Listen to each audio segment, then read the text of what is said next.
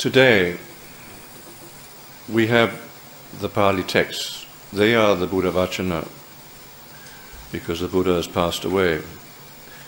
And if we want to decide what is the true Dhamma, we should not depend on historical data. We should not depend on facts about the Buddha, facts about the Pali texts, about other texts, or any such thing. Because such reference is just speculation.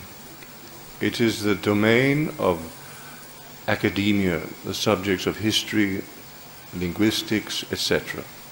So we should leave those things alone, because they do not help to increase our faith. They help to decrease our faith, and they are irrelevant. Then, after this first great reference, the Buddha gives the second great reference, which is reference to a Sangha. The Buddha says what that bhikkhu tells us, we should then reconcile with the suttas and relate to the Vinaya. And if it doesn't conform, we should reject it. If it does, we should accept it. So again, the veracity of those teachings depends on reference to the Pali texts. They do not depend on the individual communities' practices, their customs, etc.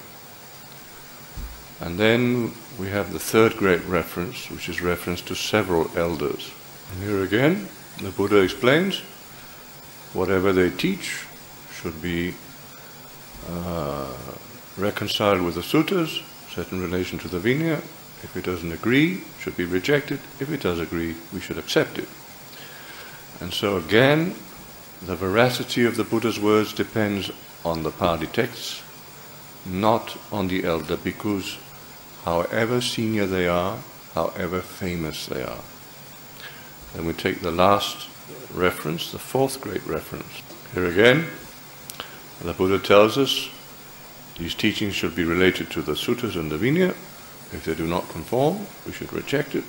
If the teaching does conform, we should accept it. Again, reference to the Pali text, not to the elder bhikkhu, however senior he is, however learned he is, however famous he is. As we can see, in each case the Buddha talks about being learned, because throughout the suttas and the Vinaya, the Buddha makes it very, very clear that if we want to refer to the four great references, if we want to undertake this reconciling with the suttas and the Vinaya, then we need to be well familiar with the Pali texts. We need to be well familiar with the Pali texts in their entirety. In some cases, of course, it requires only elementary learning to understand that a certain teaching cannot be referred to the suttas and Vinaya.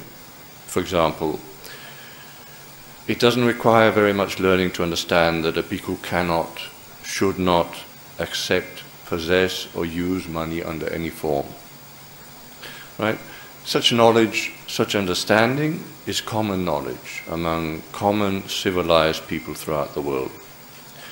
And also, we don't need to be very, very learned in the suttas and Vinaya to understand that a bhikkhu and a samanera, they must respect and be very scrupulous about their practice with regard to every precept laid down by the Buddha.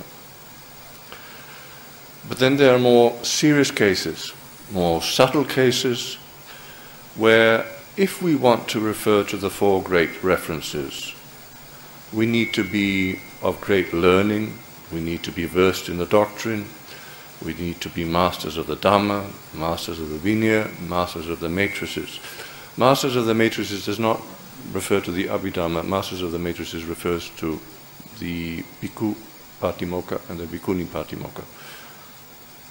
So, if we want to undertake a reconciliation of a teaching that we have heard with the suttas and Vinaya, we need to have seriously undertaken and in a proper way, with a proper qualified teacher, the threefold higher training, the higher morality, the higher concentration and the higher wisdom.